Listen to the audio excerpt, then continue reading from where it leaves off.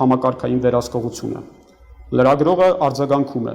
եւ այդ չիպը միացված է տվյալների բազայի հետ, որը տեղեկատվություն է պարունակում ձեր գնումների եւ այն մասին, ինչով դուք զբաղվում եք։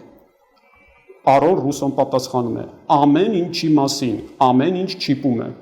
Նրանք կվերահսկեն այդ չիպերը եւ դուք կդառնաք այդ մարդկանց ստրուկը, ծառան։ Դա նրանց նպատակն է, նրանց մտադրություններն են։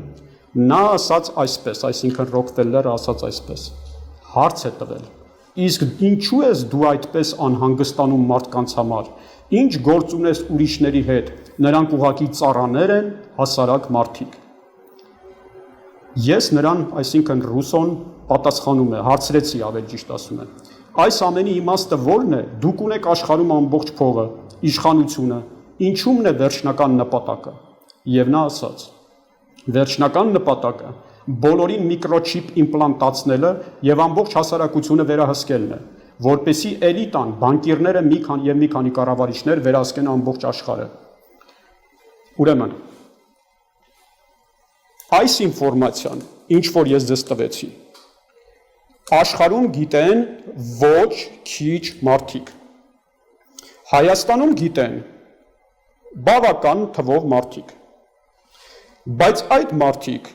չեն բարձրաձայնում հարցազրույցների ժամանակ, իհարկե Facebook-ում մի քանի տեղեր գրում են, նյութեր դնում են։ Ինչի չեն բարձրաձայնում,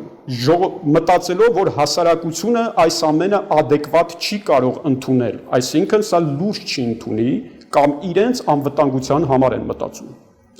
Հիմա գնում է Հայաստանում նաև մի process,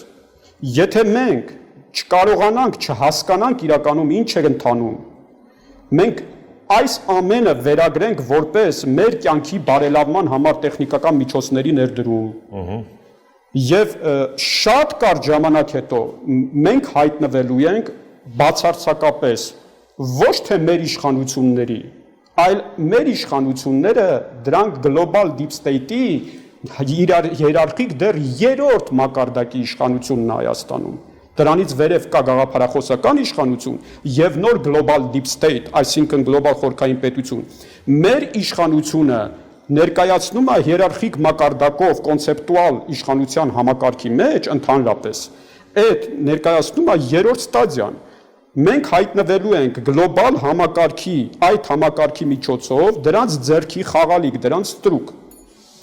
Հիմա ինչ անել ու ավարտենք, պարոն Սահակյան։ Ես ճիշտն ասած նախատեսել էի առանձին ոլորտների հետ կապված նաև բան,